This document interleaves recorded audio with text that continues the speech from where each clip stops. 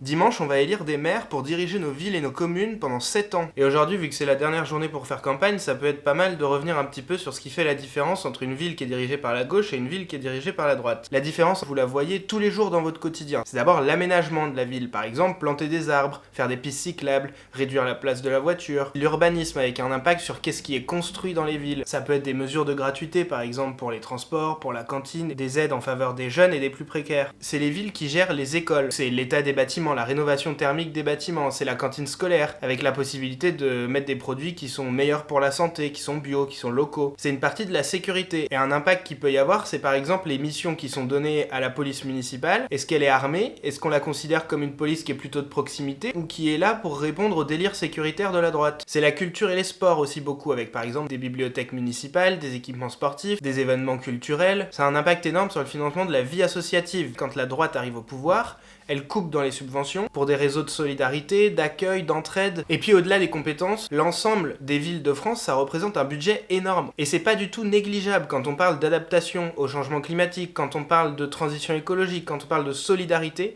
c'est énormément d'argent qui peut être utilisé de manière extrêmement différente si c'est la droite ou si c'est la gauche qui est au pouvoir. Et il y a un autre truc dont je veux parler dans cette élection. C'est la montée de l'extrême droite. On n'est pas épargné dans ces élections municipales par la montée de l'extrême droite. À Marseille, au premier tour, le RN est arrivé à quasi-égalité avec le maire sortant. Il y a déjà des grandes villes qui sont gouvernées par l'extrême droite, et on les connaît et on a le bilan. Dans ces villes, c'est très clair, c'est une baisse des budgets pour la solidarité, et ça permet à l'extrême droite de s'implanter, et dans les villes où c'est pas directement l'extrême droite qui est au bord du pouvoir, on a vu dans cette campagne un glissement inédit de la droite traditionnelle vers l'extrême droite. À Lyon, Jean-Michel Aulas a fait une campagne digne des plus grandes méthodes trumpistes. Mensonges, accusations, chiffres erronés, projets qui sont évidemment ni souhaitables ni réalisables de manière totalement démagogique. Et à Paris, on voit dans ce second tour que toute l'extrême droite soutient Rachida Dati. Et pourquoi est-ce qu'aujourd'hui l'extrême droite accepte de se retirer pour soutenir des candidats comme Rachida Dati? C'est parce que pour conquérir le pouvoir, ils savent que s'ils gagnent la France l'année prochaine, ils auront besoin des villes. Et ils savent que des villes de gauche, c'est des territoires qui résisteront